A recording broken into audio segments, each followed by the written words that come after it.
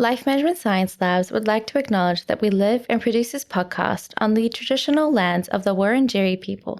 We'd also like to acknowledge the traditional owners of the lands of our listeners and our international colleagues. We'd like to pay our respects to their elders past, present, and emerging.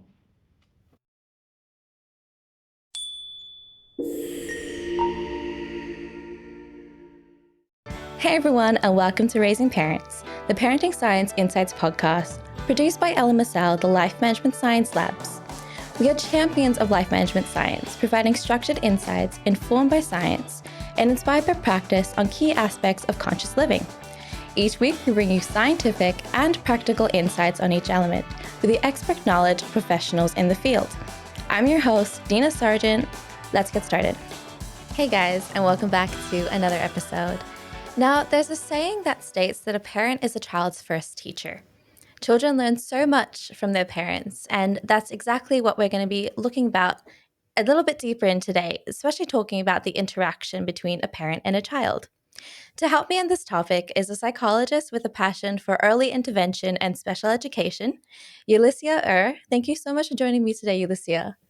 Thank you. Now, as a psychologist, what is your role in encouraging parents to build up their relationship with their child? I guess I have to really define what parenting is. The definition and experience of parenting can vary from person to person. So my role in helping parents would actually be dependent on many cultural, societal, personal, and individual factors.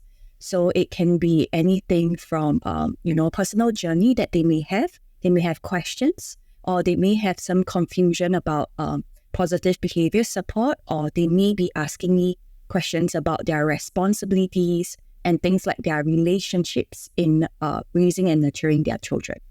Mm-hmm. And what also has been the most frustration parents and possibly children face when trying to pursue that interaction? I think the most frustrating experience, or maybe obstacle that parents may face would be the lack of time. I guess because we are in a very busy society, it's very tough for parents to actually prioritize the relationship with their children, given that they have to put food on the table. They have to ensure that career-wise, they are doing well as well. Mm-hmm. And before we get this, hang on, let me start that part again. Now, that's a great introduction into our topic today. Before we discuss it even further, I would love to get to know your recommendations and some of your passions as well by playing our channel's favorite icebreaker. Now, to start off with, what is the most recent book that you have read? I love books by Ryan Holiday. So I think the most recent book I've read is The Obstacle is the Way. I like that it, brought about themes like challenges and adversity. Yeah, so it was very applicable in my current life. Mm-hmm. And what is a movie that you would recommend to our viewers today? I guess along the same theme, I really like overcoming challenges. So it's Top Gun Maverick. I think last year it was my favorite movie of the year. Even till now, it beats Barbie for me because it really is about overcoming personal demons and being there, for, I think, the team members. So I really like that his character, initially grappled with personal challenges. And along the way, it serves, as a reminder that all individuals can overcome our past and find redemption through perseverance and self-improvement. Yeah, I really agree. I think Top Gun Maverick, also adds that level of, as you get older, there's still that ability to learn from your mistakes. Yes, and I really love the fact that, I just watched the first Top Gun movie on Sunday. So I really liked that it was, him continuing his passion for the past 30 years. So it's very similar to me. I guess being an educational psychologist would be something of a lifelong journey. Yeah, for me throughout my entire life. Okay, wow, that's so good to hear. Now, could you name a podcast that somehow really stands out to you? I listen to podcasts daily. Two of my favorites on YouTube and on Spotify is Stephen Bartlett's The Diary of a CEO and On Purpose with Jay Shetty. Okay. What about the two of them really stand out to you in terms of, fighting for adversary and the way that it stands out to you? I guess it's really because I've been working for 13 years and I'm from Singapore. So being in Singapore, we are kind of expected by societal standards to be working all the time. It is a very competitive society.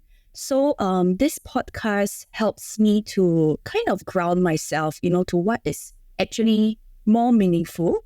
That means my work is meaningful. However, I need to actually look at, other areas of my life, right? And it's not just work success that I'm looking out for, but also things like my relationships with my peers, my family, and with my husband as well. Mm-hmm. Now, do you have a person that you look up to? Yes, definitely. So I actually look up to Elon Musk for his audacious goals and ambitious vision. Right, but that being said, it's the career aspect of him that I admire. So I hope my marital relationship will be everlasting. Well, let's hope so. And now, during your academic pursuits, what's been one course that has really stuck to you? There hasn't been just one course or one module per se. I just completed my second master's. It's a Master's in Science and Transition Planning for adults with disabilities. So it was very meaningful because it really helps me see how I could move individuals with disabilities from one stage to the other with a focus on helping them to achieve greater independence, self-sufficiency, and a meaningful life. Mm-hmm.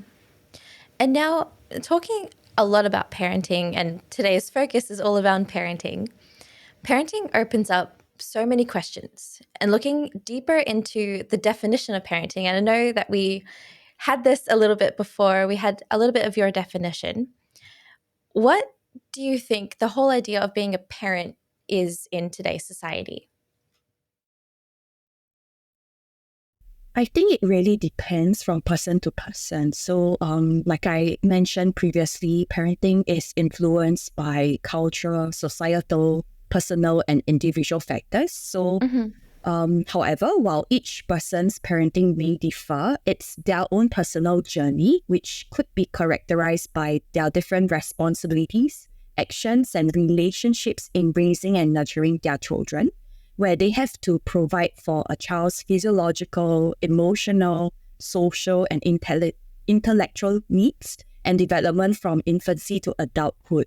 So I think parenting is a very dynamic process which involves this complex interplay of care, support, guidance, and discipline. Mm-hmm. And a message to a lot of expectant parents coming up to be, what do you think that they would need to be aware of in their transition to parenthood? This sounds a bit bleak, but I think I just want to share. So according to Dr. John Gottman, who is very well-known family therapist, so while becoming a parent can be wonderful and a fulfilling experience, parenting actually takes a toll on our adult relationships. So research by Dr. John Gottman, and I think he has a Bringing Baby Home program, shows that for 67% of new parents, this transition to parenthood causes decreased happiness and relationship satisfaction. Mm-hmm. And looking through the scope of a parent's first interaction with an infant, and what do you think is the most common thing that you hear parents say after they first become parents? I think the first common thing that I hear for parents who have just, become parents is that they have they are in a lot of stress. They don't know what to do, and there is not enough time to, read up or find out what they can do to help their child. So most of my children, most of my peers who have children have been, saying that to me. And similarly, I guess because I worked with many children who are special needs and many children who are actually neurotypicals, the families are also saying the same thing. There's not enough time. The society is too stressful for them. Now, to set the stage a little bit more, could you explain what positive parent-child interaction entails and also why it's critical in a child's development? Okay, so positive parent-child interaction refers to a good enough parent-child relationship that involves fostering a warm and nurturing environment where children feel loved, they feel valued and supported. So through this encouragement, quality time, constructive feedback, parents can then promote their child's emotional well-being, self-esteem, and healthy development, ultimately building this strong and trusting parent-child relationship that benefits both parents and children, right? So I guess it's a very critical topic in child development because it serves as a model for healthy relationships and values, contributing to the child's overall growth, their self-esteem, their resilience, which then shape their capacity to navigate life's challenges and thrive as they grow older as well-adjusted adults. And when we talk about positive conversations as well, there's some advice that not only you look at the vocabulary, but also look at the tone that the vocabulary sort of entails. How do we sort of find out what our tone is when we become a parent and how important the tone is in a child's development? I think in terms of the tone, that's the parent-child communication. So I think you are spot on. It refers to the vocabulary and the exchange of information and ideas between parents and children. So this emphasizes the transfer of knowledge and guidance. I guess this is slightly different for parent-child interactions because communication is more of a concept that is subsumed under interaction. Basically, for parent-child interaction, I think not only the tone is important, right, the communication, but also it has like a broader range of activities and emotional exchanges between parents and children, such as physical closeness, shared experiences, and bonding. So it involves not only talking, right, but also parents listening, playing, comforting, nurturing their children, which then creates this deeper and holistic connection that goes beyond communication. Okay, so when we're talking about interaction, it's not just verbal interaction. It could be physical interaction. It could be sort of like love languages, like quality time and just being there for a child. Okay, so what are some of the key elements that are really characterize what positive parent-child interaction is? I think in terms of positive parent-child interaction, so this refers to that environment that needs to be there. So first, I think your family environment has to be warm and nurturing, right? So that's one. And I think second thing would be quality time. Parents would have to, despite their busy schedules, they would have to actually set aside enough or sufficient time. So that sufficient or enough time, it's something that's different for all families and for all children. So the parents will have to probably, experiment or try that out. What does enough quality time means to their child?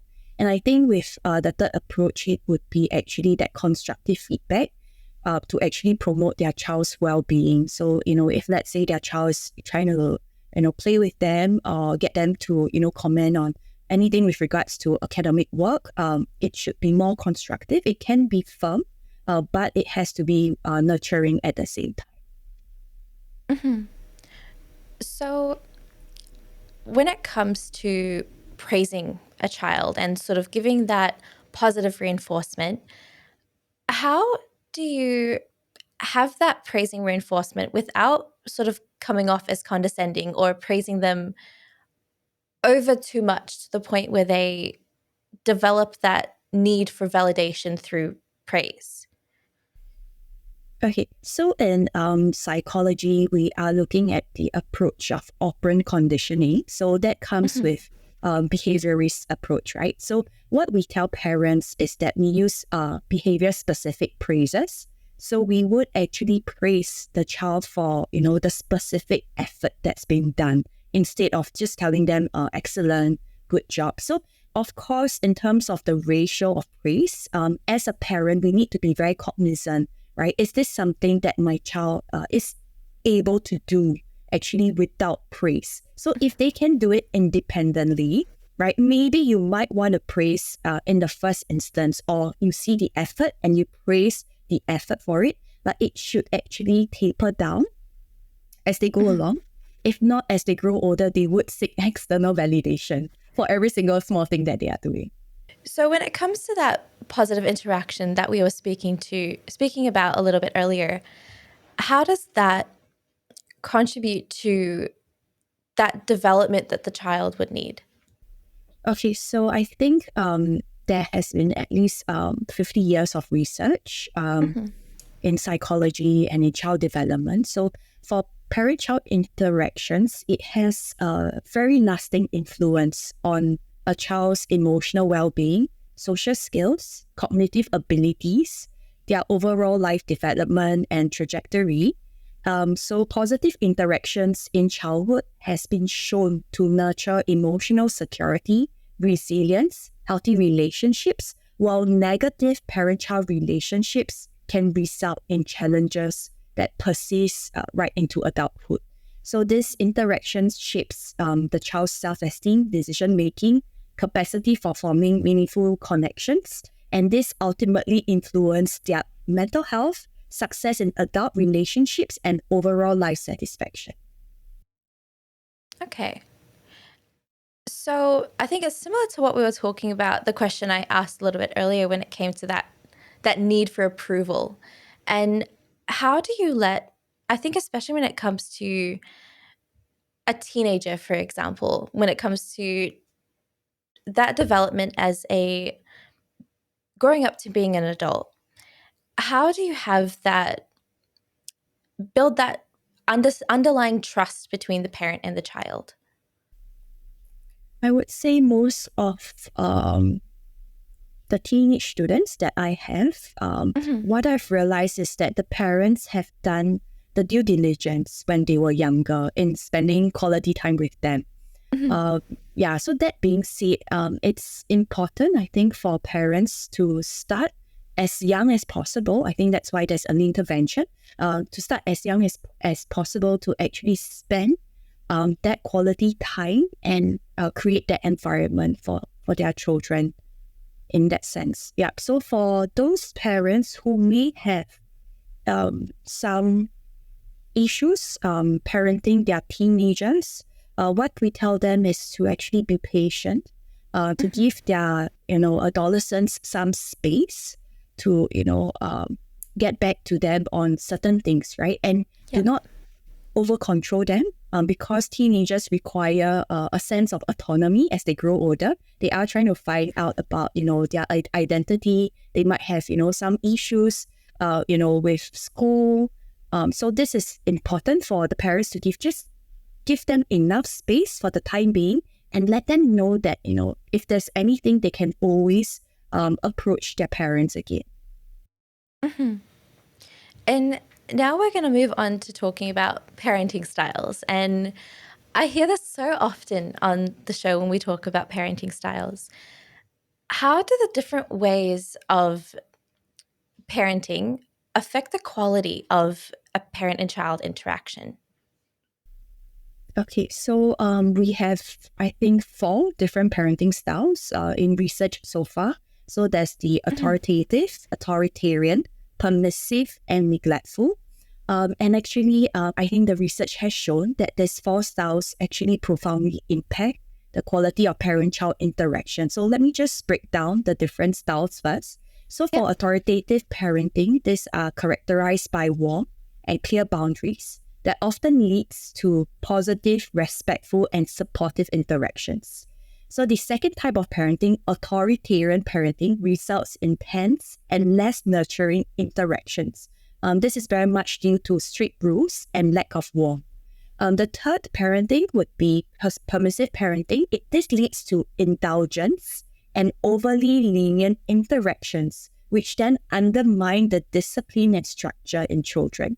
So lastly, neglectful parenting often results in insufficient guidance and emotional detachment, which leads to minimal and unresponsive interactions. So each of these four styles shapes the dynamics of parent-child interactions, which influences their development, behavior, and long-term outcomes. In summary, I think the most positive parenting style, or rather the preferred parenting style that leads to a positive quality of parent-child interactions, are those that are authoritative. So these are the ones that has firm but warm, clear boundaries. Mm-hmm. So especially when it comes to, I mean, minus the authoritative parenting style, but the second one, I think, can you remind me what the second parenting style is again? Okay, it was authoritarian. So this is a very strict parents. There's no warmth. They're just telling their child or their children what to do at certain times, and they are hell bent on their children meeting these rules and deadlines. Mm-hmm. So when it comes to that parent-child interaction, is it harder for that parenting style to sort of give up control a little bit more in terms of a child's autonomy or learning from their own mistakes? Yes, I grew up in authoritarian parenting household, and it's really difficult for my own mother to actually give up the full control. So even though I'm now an adult, as you can see, she is still very much in control. It's a little bit less strict as I grow older, but I guess it's also because her upbringing is also authoritarian. So parenting styles actually transpires through generations. Yeah. No, it's interesting because I was going to say the same thing about the way that my mother was parenting throughout my childhood and sort of relating to that a bit more. And I remember a lot when I was growing up, there was that need of only mum could cook. So I never learnt to cook on my own until I was about in my early 20s when I needed to learn to cook. So throughout the teenage years, I remember my mom always being there and sort of guiding constantly. If I'm doing something wrong, she would say that I'm doing something wrong.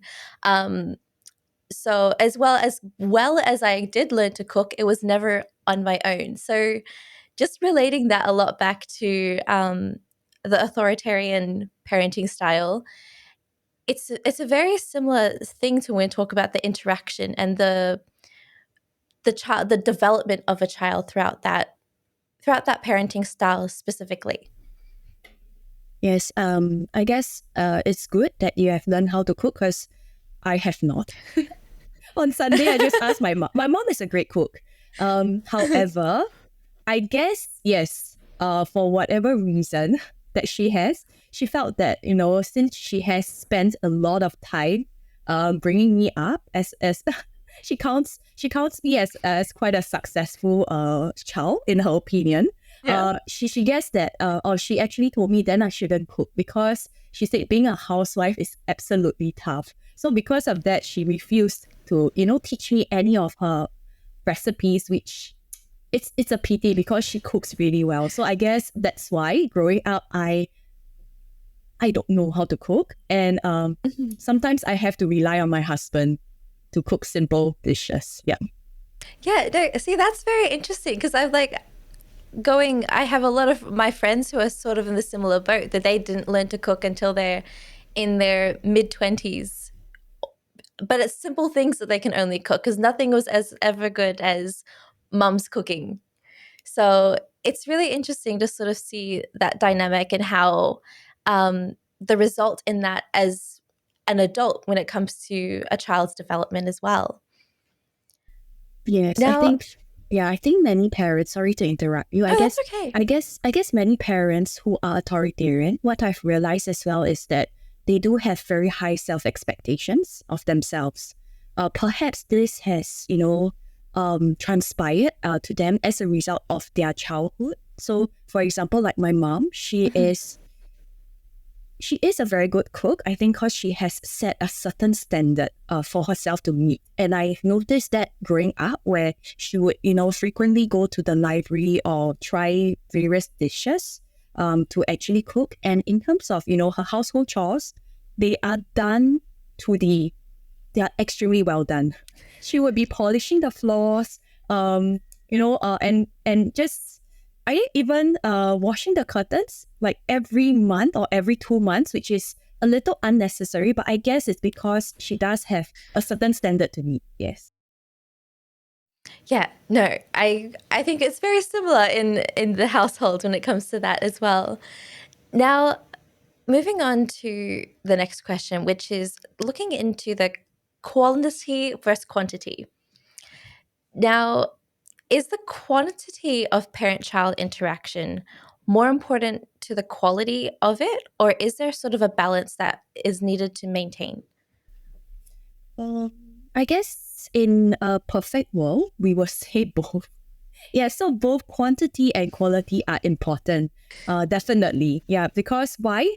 Quantity ensures that the children have ample opportunities to learn, to bond with their parents, receive their guidance, while quality ensures that these parent-child interactions are emotionally supportive, nurturing, and meaningful. So, of course, a balance of both quantity and quality is ideal. Because this abundance and good quality can then foster a stronger parent-child relationship and contributes to the child's well-being. But of course, we know that in today's busy society, maintaining both quantity and quality is tough. I don't think I know of any parent, working parent, that has managed to do both quantity and quality. Yeah. It's really very difficult because, like I said, in our busy society, if you want to maintain both quantity and quality, probably you may need to actually work part-time, or you require a lot of scheduling and mindful presence and prioritizing the family time as well.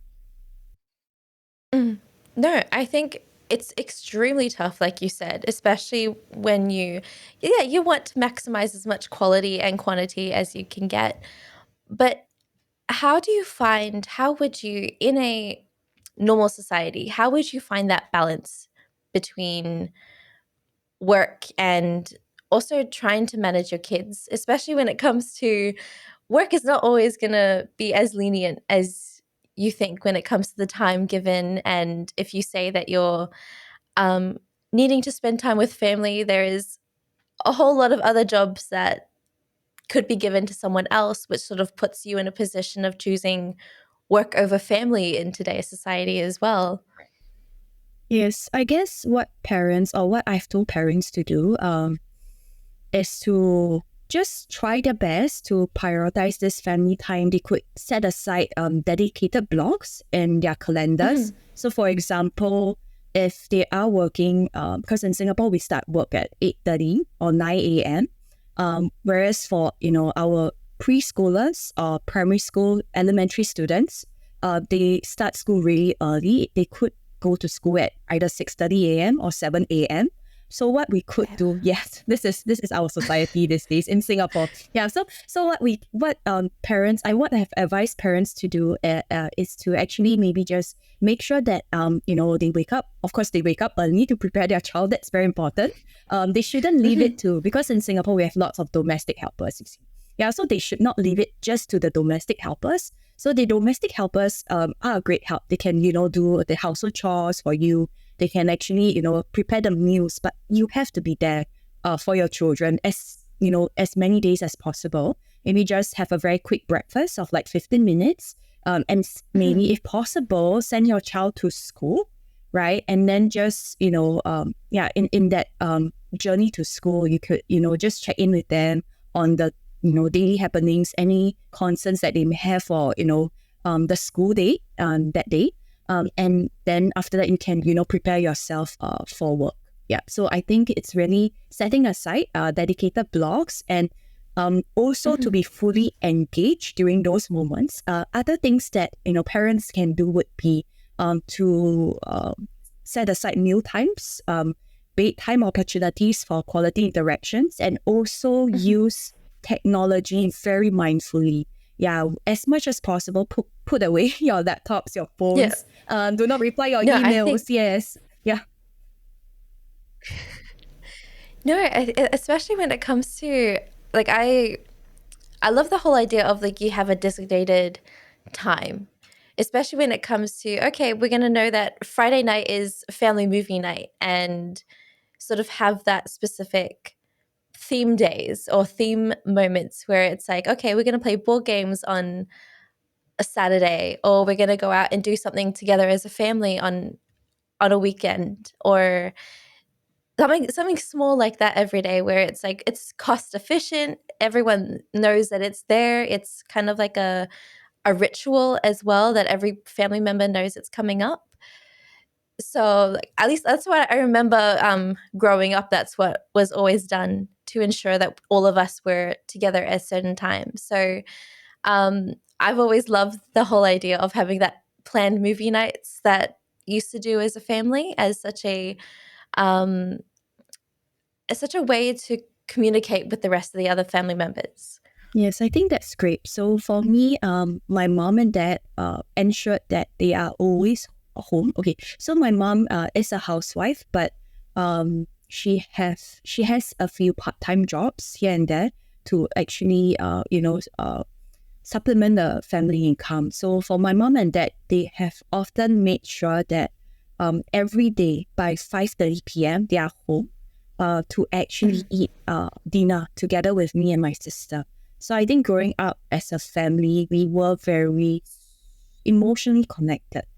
It was a very strong connection, which growing up, I thought this was normal until I started seeing, many children and parents sharing with me that, they're often still at work while their children are back from school and having dinner. So there have been some, I think, families that, eat their meals at separate times. Yeah, so that's a little bit sad to see. And I guess it's not rocket science. So if we look up at all the research on parent-child relationship, it goes down to as simple as just having meals or set aside, the movie time with your child once a week.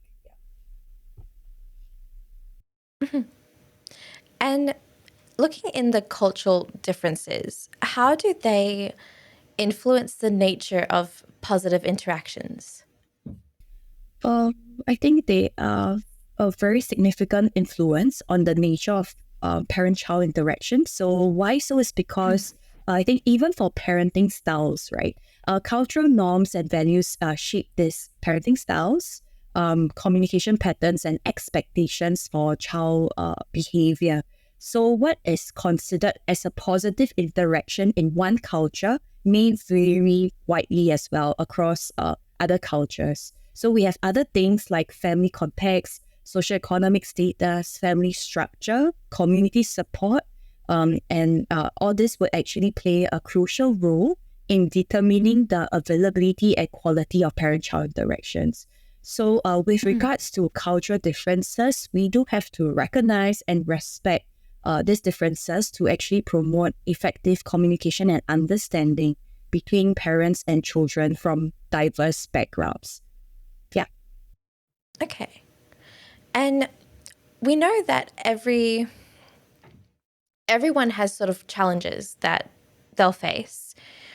What are some of the challenges that parents may face when trying to engage in a positive interaction with a child? So far, there are two challenges that parents often bring up to me. So first, it was already mentioned, so challenge of time. The second is more of the parents don't know how to communicate with their child or they don't know the activities to do. So sometimes I would receive text messages from parents asking me, oh, it's the school holidays now.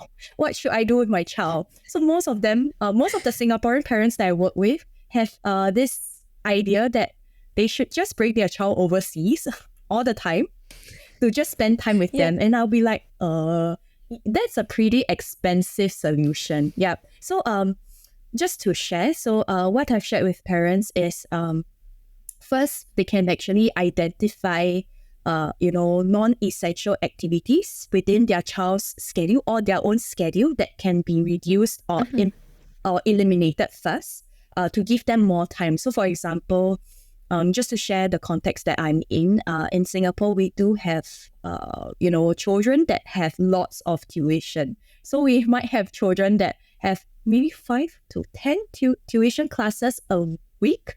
Alongside, they have gymnastics, soccer, swimming. They have all these extracurriculars. So I will always advise parents which are the ones that you would like to focus on, because after all, yes, while your child has an array of skills to kind of foster, but in the end they might be a master of none. So it's always important to identify which are the essential ones to keep, and then the rest of the tuition and extracurriculars may not be as important as parent-child relationship. So they should actually reduce those non-essential activities, and then, like I have mentioned, so schedule in the dedicated family time, right, and stick to that. So it need not be, like you have mentioned, it need not be a daily thing. It can be just a Friday night for a movie night. Yeah, and so this should be prioritized weekly, right? Maybe just 3 hours a week in that sense. And if possible, I've seen my colleagues doing it while they're working. So you can use technology to stay connected. You can use like a WhatsApp video call to stay connected during your busy periods as working parents. So you can do short phone calls or messages. Yeah, but just make sure your short phone calls and messages are positive. So I have I've seen parents who called their children and asked them, did they manage to get full marks for spelling quizzes? Did they manage to do this certain checklist that was set up to them? That may not be ideal. So it might be more of a check-in of your child's day, child's emotion. Yeah. And make everyday routines such as meals or bedtimes, quality interaction opportunities. And if possible, involve your children in age-appropriate chores and tasks so that you share responsibilities among the family members, and you can create bonding moments while accomplishing the necessary tasks. Yeah. Okay. Now, how does the nature of a parent and child interaction evolve as a child grows from infancy to adolescence? It changes. Yeah. So the nature of parent-child interactions evolves significantly. So I think while a child is young, in infancy and in early childhood, interactions are focused more on physical care, bonding, and the infant's basic needs. So as they become preschoolers or toddlers, these interactions will expand to include language development, exploration, and play. And during school age years, communication between parents and children deepens, and parents will play a role in education and character development. Whereas in adolescence, this will be very much more complex. So it could be more complex conversations, more frustration, more autonomy, and guidance in how to navigate peer pressure and decision making. So I think to foster that positive connection, parents need to adapt to promote age-appropriate independence. So they need to be responsive to the changing emotional needs of their children as they grow older. They have to listen actively, foster open communication, and offer guidance that respects the increasing autonomy of their child. So flexibility, empathy, and a balance between guidance and freedom will become increasingly important. Okay. So the different interactions are very based on like the age of the child. So you wouldn't the same way you would treat an infant wouldn't be the same way that you would treat a teenager, for example. Okay. And we're talking about parents' emotional well-being, and I know that this is such a big thing when it comes to, we talk about children a lot, on the channel. How does a parent's emotional well-being affect the quality of the interaction that they'll have with their own child? I think this is something that many parents do struggle with. So definitely their emotional well-being has a profound impact on their parent-child relationship. So when parents are emotionally healthy and well, I think it's the same with all of us as individuals. Yeah, so they are better equipped to provide emotional support, patience, and positive engagement. So taking care of their own well-being enables them to create this nurturing and enriching environment for their child. So while this is important, it's pretty difficult. Many of the parents that I see, I would say they are struggling to find or to actually manage their well-being. So at times, I do tell them that they have to prioritize their self-care, they have to seek support when needed, or they could manage their stress through relaxation techniques, or some of them may need therapy. Other ways to actually ensure this well-being would be to set boundaries, to balance their personal, work and parenting responsibilities, and as much as it is suitable, they can practice mindfulness then to be fully engaged and attuned to their child's needs. So it must be really important to have a routine or have a schedule in terms of balancing not only a parent's interaction with the child, but also a parent's interaction with themselves throughout the process of raising a child. Yes, it's very important. I cannot imagine how busy that schedule is going to look when adding all these different factors in on a weekly basis. Yes, I think most of the parents I see, when they are sending their children to appointments or to just to see me, they are hardly regulated, so as to speak. Meaning that they are fine, they look fine. However, they are often in a rush to send their child to the next activity. So I often have parents who are sending their kids to see me on a Saturday, but their children may have 4 to 5 other activities where they would have to drive their children all around Singapore for. So it's definitely not easy for them. Yeah. No, that must be, it's a hectic life being a parent. It definitely sounds it. Yes, I'm not a parent myself, and I would say it's not that I don't want to be. I'm in the midst of trying to plan for a baby.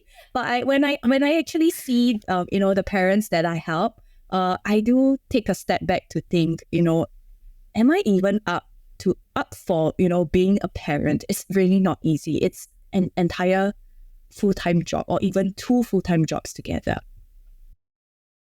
Yeah, no, I'm not a parent myself, but having so many people talking about parenting on the show, there is a huge need for me to question myself as well. It's like, am I up for the job of being a parent? Because it sounds like you said, it sounds like you're being everything to everyone. So it's a crazy day and age to be a parent. Now, we're looking at some of the advice and strategies that you can offer for a lot of busy parents, like exactly what we're talking about. Other than the advice that you've mentioned earlier, what is the best piece of advice that you can offer for a parent that is trying to integrate positive interactions as a daily routine, but they're rushing, they're busy? What are the simple strategies that you can sort of help them implement into their daily lives? I think actually these are the strategies that, yes, I have repeated a few times, but it's so important because I do see a major progress in certain parents who have taken up my advice. So it's just very simple strategies like eating meals with your children. And if it's not possible, because I do have some parents that are working shift work, so they may not be home for lunches or dinners. So what you can do is probably just set aside a special time with you and your child and do what he or she likes. Probably just 15 minutes a day if you can set aside time for it, or maybe just 3 times a week. Yeah, so as much as possible, just be present for your child for this short period of time. And I think it does wonders. So I have had a teenager who mentioned to me that she is feeling a little bit less upset with her mother because they are actually doing things that she likes rather than her doing activities that her mom has been asking her to do all these years. Wow, that's just such a big difference when you're sort of prioritizing the needs of the activities that you want a child to do with the activities that they're really interested in. I think the same goes for us. If I imagine me having a teacher and the teacher is just trying to tell me to, do my physics homework. As a child, I dislike physics and mathematics. Yeah, so if I were to think about teachers asking me to do, if my mom kept on forcing me to do physics, you have to be really good at physics, you have to be really good at math, I think I probably would have ran away from home. So very fortunately, while my mom is a little bit more strict than the average parent out there, she has allowed me to dabble in my interest in psychology. So I was very interested in psychology since I was 10 years old. And so my mom actually fostered that. She brought me to various libraries in Singapore, and we borrowed lots of books on, disability, child development. And so therefore, I think my interests and my career development actually started when I was age 10.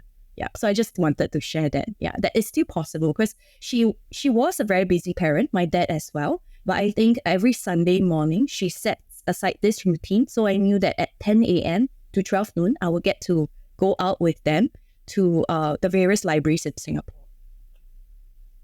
Wow, that's such a great routine to sort of have in your pocket, being like, I know this is exactly what's going to come up on Sunday. I know exactly what's going to happen, which is, I think it's so great to have that as a weekly thing, and knowing that that's in the calendar, that's going to be something that's happening. Now we're going to be looking a little bit more into practice and habits part of the show, which is honestly, I think, one of my favorite parts of the show. Looking into some of your own personal habits and your own personal practices. Now, what is a practice that you do to develop and enhance your own autonomy? To be very honest, it's not because I'm in a podcast, but I listen to podcasts daily. That is actually my practice. In that sense. Okay. Why so is because I'm a psychologist. By my career. And actually, there have been lots of strategies like mindfulness. And various methods of self-care that while I'm doing for parents, I'm doing for individuals or even children, they may not be something that I need at that point in time because I'm practicing them daily. So I guess what I actually needed as a practice is more it's more in a cognitive aspect where I need to listen to various podcasts to get some idea, on what I need for autonomy building. Mm-hmm. No, that's so great. I think podcasts offer so much, not just advice, but so much inspiration as to not only the kind of person that you want to be, but just information as to how you can grow even further. Yes, I guess podcast really helps me because somehow listening to the various podcasts. So I'll actually just open the YouTube my YouTube channel, and actually there are those recommended podcasts because I listen to podcasts a lot, and I guess YouTube knows my my patterns and my algorithm, and so Spotify knows it as well. Yeah, so I will actually click, on the recent podcast, and there are many that actually teaches us, on how to achieve our personal goals, how to prioritize self-care, manage our time effectively. And this actually taught me how to, make room for independent decision-making and growth. Mm-hmm. And we've spoken about some of the good things that sort of come about. What are some of the challenges that you do find when listening to podcasts or even finding the time to listen to them? I would say there are no challenges. I watch podcasts all the time. So even before this, while preparing for this podcast, I was watching a podcast. So I guess you could call it meta podcasting.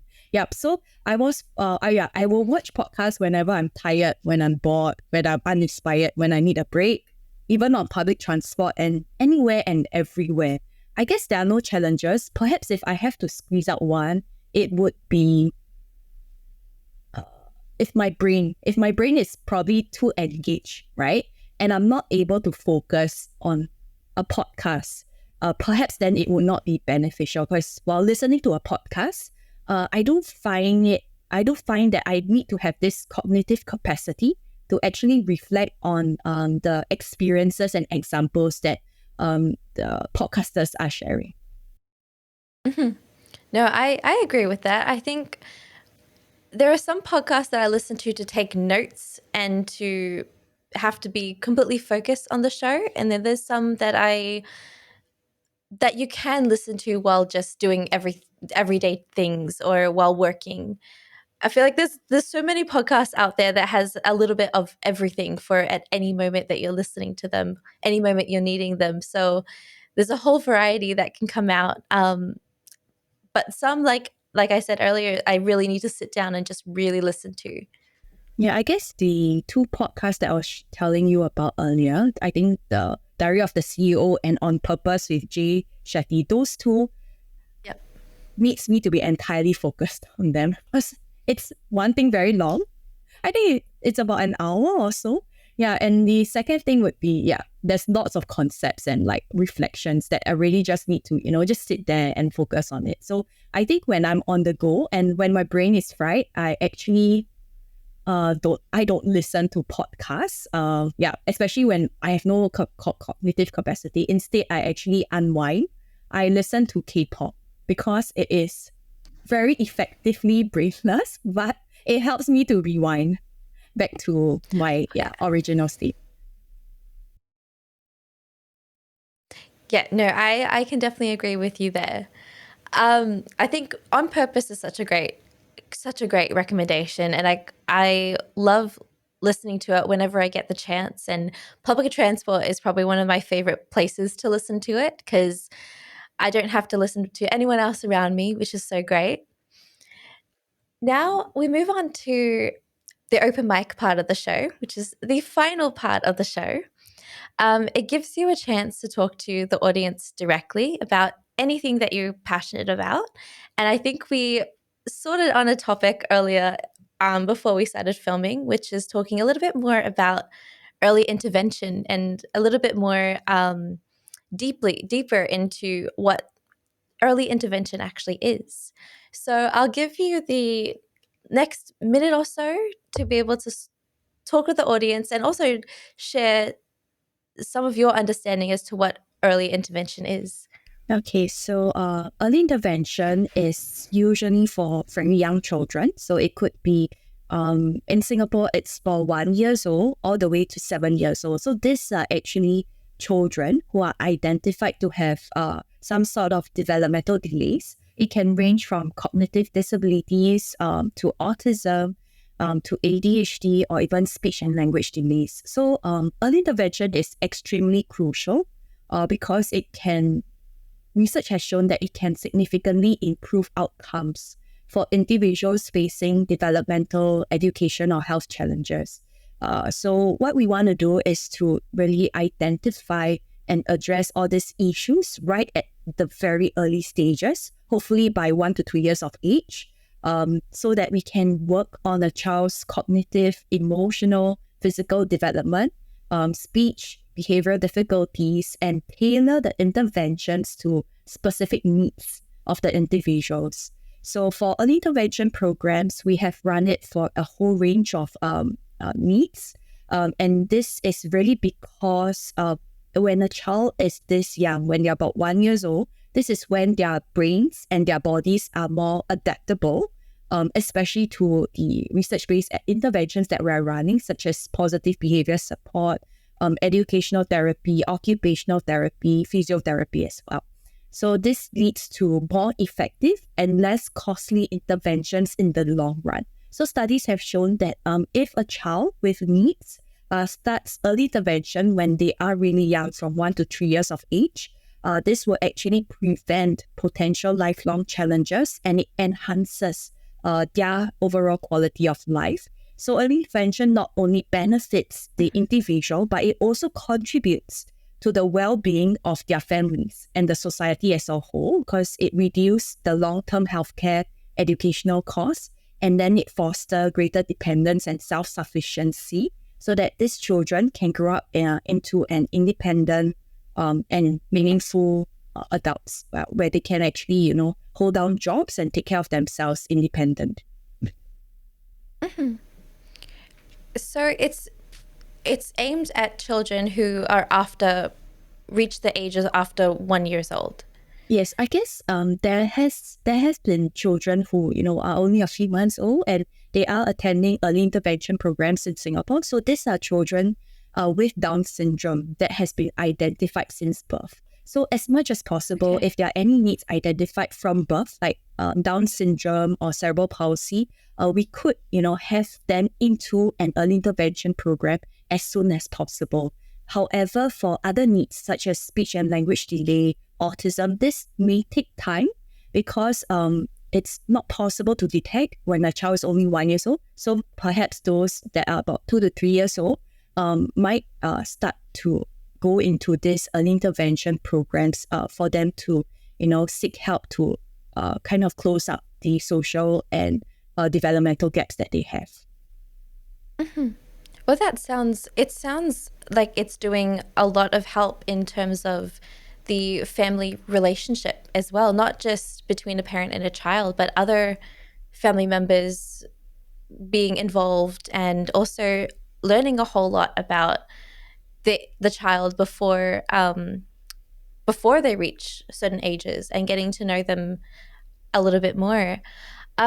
If there is any way that people want to find out a little bit more about what early intervention is, do you have any resources that would be great for a deeper understanding as to how that is beneficial for a lot of parents? I think in Australia, I can't quite remember the research study. I can't remember the name of the research study, but I think in Australia there should be a parenting research center. I guess the name is Parenting Research Center. It's in Victoria, Australia, and their website has very substantial evidence for early intervention. And in the website, they have programs such as, I think, signposts for building better behavior to get parents to learn how to help their children with behavioral difficulties or learning challenges. Yeah.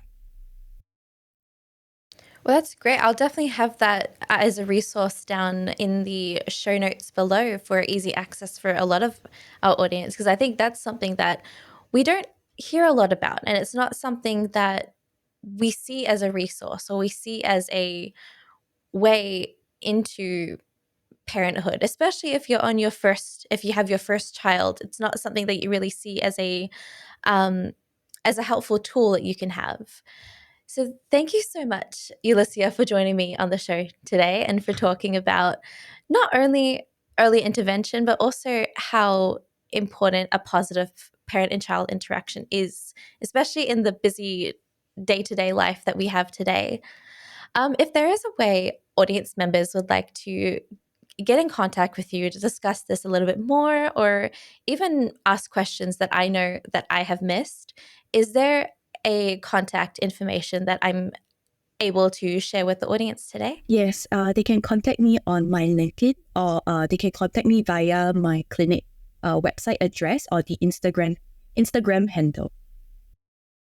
Okay, perfect. I'll have those down below as well for easy access for everyone. So yeah, thank you so much, Eulisia, for coming on the show today. It's been so good talking about this, and I can't wait to talk about early intervention and look into it a little bit more on my end as well. Yes, thank you so much. Thank you. Well, thanks everyone for watching, and I'll see you all in the next episode. You've been listening to Raising Parents, the Parenting Science Insights podcast, produced by the Parenting Science Labs, a division of LMSL, the Life Management Science Labs.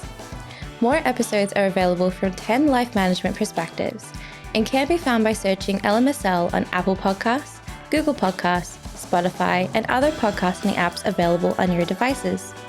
If you enjoyed this episode, please consider rating our show, sharing it, and subscribing to our channel, as it helps other people find it so that we can grow and bring you more quality resources.